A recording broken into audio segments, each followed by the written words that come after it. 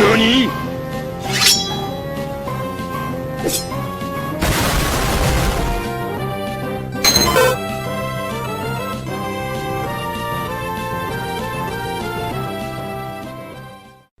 Hello guys, and welcome back to another episode of Pokemon with Ditto and me. So today I don't have much of a new meta challenge going on. Showdown's coming a bit dry for us.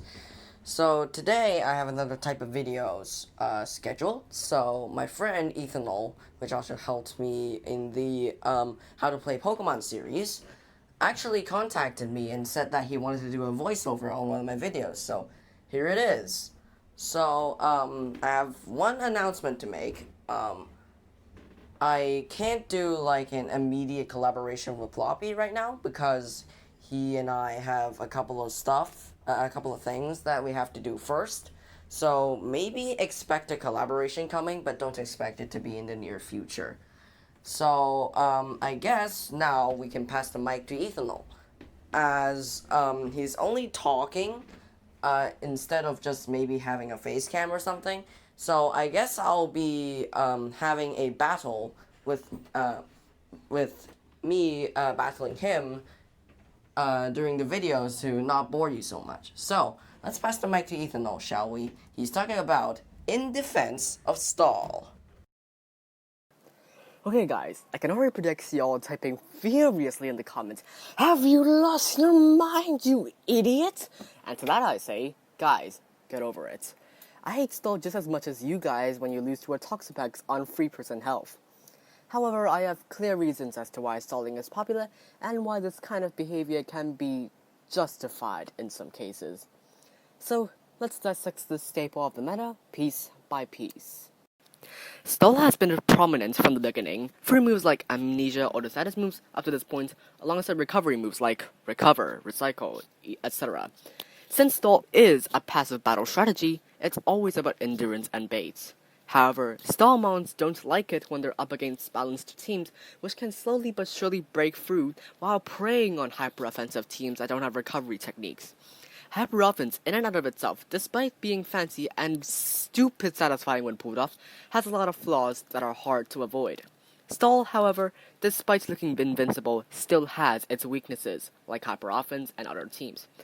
More often than not, Stall users will always play it safe and not take a lot of risks, opting to go for statuses over actual attacks. In the end, the best way to defeat Stall teams is baiting the player into making a wrong move. Don't believe me? I'll try demonstrating through some examples. There are 3 criteria that a Stall player often has for him or her to attack. 1. Can his or her Pokemon status the opponent? 2. Does the status hinder the opponent a lot? And 3. Is it risky to stay in?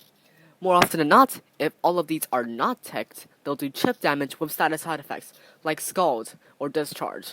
This is when you, as a player which has forced them into this corner, send out the Staller's check. This will force them to switch into your Pokemon's check, which in turn lets you be in control and strike hard. Or even better, beat them at their own game by statusing it in return. Yes, it's annoying, but it's a Stall battle, what do you expect? Another thing to take a note is Substitute. Substitute is your best friend against Stall. This prevents statuses from affecting you and allows you to set up safely. Of course, the ability Unaware is a thing, but like I said, just bring out the checks and blast away in that case. So, now I've proven that Stall isn't invincible, but rather just hard to get around due to the fact that a majority of players like hyper-offensive playstyles and don't have regular checks to common Stall staples. Here's the big question. Why is this helpless behavior of cancerous rage a thing? Is it because people want to ruin the fun? Is it because they're fed up and can't beat Stall? Well, sort of both. I've only run 2 Stall Pokemon in my 80 Showdown teams, which is Toxapex and Arceus Water. To give some context, I was on a huge losing streak then, primarily due to me being a bit too aggressive for comfort and not being able to switch in the right Pokemon. Therefore, I just decided to use a bit of Stall and beat overconfident players making the same mistake as I was, and win back some matches. That team kinda soon fell into the void when its job was done, but incorporating their characteristics into other sketches of new team coordination, and I created an Arceus that was there, fair and balanced, and gave way more room for error in conjunction with my hyper-offensive teammates.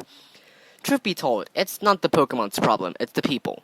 Going to the extreme and full-on stall stereotype is what ruins the image and many a player's eyes. And trust me, I say that because I saw people getting desperate and wanting me to forfeit because they wanted to win with stall, not getting reverse clean swept. You can't complain if you win with stall or lose to stall fair and square because the stall trainers you face likely also went through that trial and error. Finally accepted the fact that they wanted easier wins, thus getting into stall and will have eventually created a balanced team after the internal conflict subsides. So, even if you hate it, at least show an ounce of respect and good sportsmanship. And on the other hand, don't go into the bottom end and be a stall overlord. That's something nobody likes. And now we dive into the ocean of metas, considering how stall can be justified. This is not simple to explain, but I'll give it a try. Stall or statuses in general can harm the effectiveness of a Pokémon hard, allowing margins for error or easier matchups. Of course, that doesn't excuse the stereotype of dickhead behavior, but trust me, the longer you play, the more you get used to it. Meanwhile, walls are basically essential for baiting and applying pressure. The latter especially so because of the inherent desire to win a Pokemon. Yes, I'm getting philosophical, please kill me. Even with the odds against you. For that, it's good. The handicaps to stall are that you have limited coverage and have to rely on statuses for the most effective damage, while on the other hand, very susceptible to opponents with wide coverage themselves. In the end, stall is definitely not invincible, and can be a bit essential at times, occasionally even fun if you play with your creativity, looking at you, Arceus Ground. So, when against stall, it's up to you as a player to get gut and stand your ground. Show them who's boss, and feel free to put a couple of stall mons on your team in good time. Thank you, Ethan, for your sharing.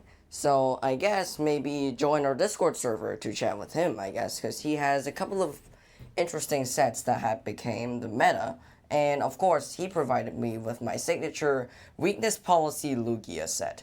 So maybe see you in our Discord server, and then wait for the video next week. I hope to bring you more interesting content then. So I guess see you guys, and goodbye.